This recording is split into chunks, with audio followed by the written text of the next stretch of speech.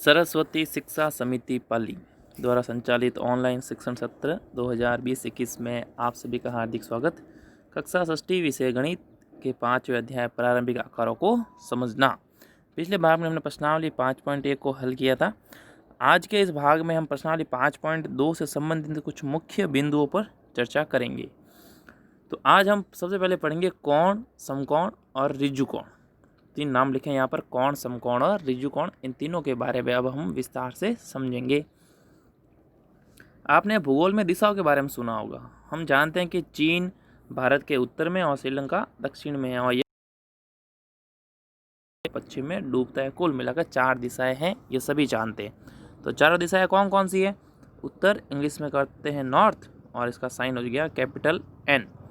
दक्षिण को कहते हैं साउथ, तो उसको S से लिखना है। पूर्व को कहते हैं ईस्ट, इसको E से लिखना है। और पश्चिम को कहते हैं वेस्ट, उसको W से लिखना है। तो कुल मिलाकर 4 दिशा हैं, पूर्व, पश्चिम, उत्तर, दक्षिण। अब आपको इन दिशाओं का ज्ञान कैसे करना है उसके बारे में पढ़ेंगे। तो क्या आप जानते हैं उत्तर के विपरीत कौन सी दिशा है? उत्तर के विपरीत, उत्तर के पीछे की तरफ कौन सी दिशा है? पश्चिम के विपरीत कौन सी दिशा है? तो इनका हम कुछ प्रयोग द्वारा इनको हम सीखेंगे। तो देखते हैं। अब आप क्या करना है, सबसे पहले उत्तर की ओर मुँह करके खड़े होना है। इनको व्यवहारिक रूप से करें तो ज़्यादा समझ आएगा। उत्तर की तरफ मुंह करके खड़ा होना, इसका मुंह उत्तर दिशा की तरफ है। घड़ी की दिशा अर्थात घड़ी जिस तरफ चलती है 1, 2, 3 इस तरफ यूँ घड़ी चलती है, तो उसको कहते हैं दक्षिणावर्त दिशा, क्लॉकवाइज में पूर्व की ओर घूम जाइए। तो नॉर्थ था, इसके दक्षिण तरफ इधर घूम गए, एक समकोण अर्थात 90 डिग्री तक हमने घूमा, तो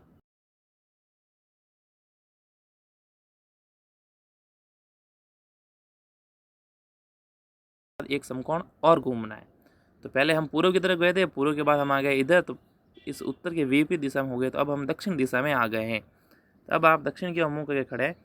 यदि आप घड़ी की विपरीत दिशा में घूमते हैं वापस, अब आप यहाँ पर थे, अब यहाँ से वापस विपरीत घूमते हैं इस तरफ, तो वापस आपका मुंह पूर्व दिशा की तरफ हो जाएगा। यहाँ पे कुछ स्थितियाँ दे रखी है, उनको देखते हैं।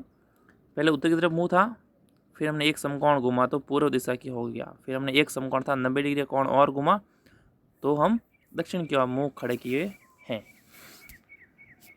अब उत्तर की ओर मुंह होने से दक्षिण की ओर मुंह होने तक घूमने में, अब आप ध्यान समझें, उत्तर की तरफ मुंह था हमारा और हमारा मुंह दक्षिण तरफ घूमने के लिए हमने 2 बार समकोण बनाया, पहले पूर्व तक फिर पूर्व से दक्षिण तक। तो आप 2 समकोण घूम गए। क्या यह 2 समकोणों के एक गुणन के बराबर नहीं है?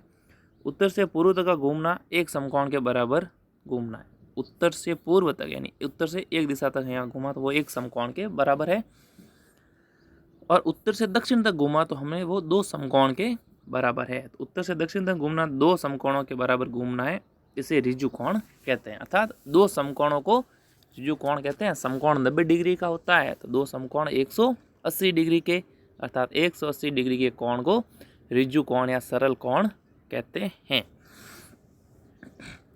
फिर ऋजुकोण के बराबर घूमना है आपको। तो वापस आप दक्षिण की तरफ मुंह करके खड़े थे, ऋजुकोण एक पूरा 180 डिग्री घूम गए, तो आपका मुंह वापस उत्तर दिशा की तरफ हो गया। उत्तर से दक्षिण तक घूमने के लिए आप एक ऋजुकोण के बराबर घूमे, पुनः दक्षिण से उत्तर तक आने में आप एक ऋजुकोण के बराबर घूमे। इस प्रकार 2 ऋजुकोणों के बराबर उसी दिशा में घूमने पर आप प्रारंभिक स्थिति में आ गए।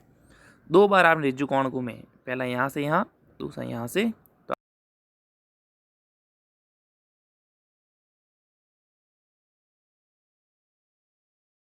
ऋजुकोण एक ही दिशा में 2 ऋजुकोण, 4 समकोण घूमने पर एक चक्कर पूरा होता है और यह पूरा चक्कर एक घूर्णन कहलाता है। इसको आप कॉपी में लिखेंगे, इस परिभाषा को। एक घूर्णन के लिए कोण एक संपूर्ण कोण कहलाता है। एक बार घूमने पर जो कोण बना वो एक संपूर्ण कोण कहलाता है। हम इन गुणों को एक घड़ी पर देख सकते हैं। जब घड़ी की एक सुई एक स्थान से अन्य स्थान पर पहुंचती है तो वह एक कोण पर घूम जाती है। घड़ी की सुई घूमती रहती है तो वो कोण बनाती है। मान लीजिए घड़ी की सुई 12 से चलना प्रारंभ करती है और पुनः 12 पे पहुंच जाती है, तो उसने एक गुणन पूरा कर लिया है। अतः उसने कितने समकोण घूम लिए? तो आप बता सकते हैं पुनः प्रारंभिक स्थिति पे आने पर उसने 4 समकोण घूमे। अब यहाँ से 12 से 6 तक एक गुणन का 1/10 था, पूरे गुणन का आधा घुमा है, और 2 समकोण भी कह सकते हैं। 6 से 9 तक जाना है तो केवल एक समकोण अर्थात एक गुणन, पूरे गुणन का चौथाई भाग 1/4 भाग या फिर एक समकोण। और यहाँ पर 1 से लेकर 10 तक, 1 से लेकर 10 तक तो एक गुणन का 3/4 या 3 समकोण घूमे। तो इनमें से मुख्य बिंदु आप लिखेंगे और इसको समझने में पढ़कर इसको समझेंगे। अगले भाग में हम प्रश्नावली पर आधारित प्रश्नों को हल करेंगे। धन्यवाद।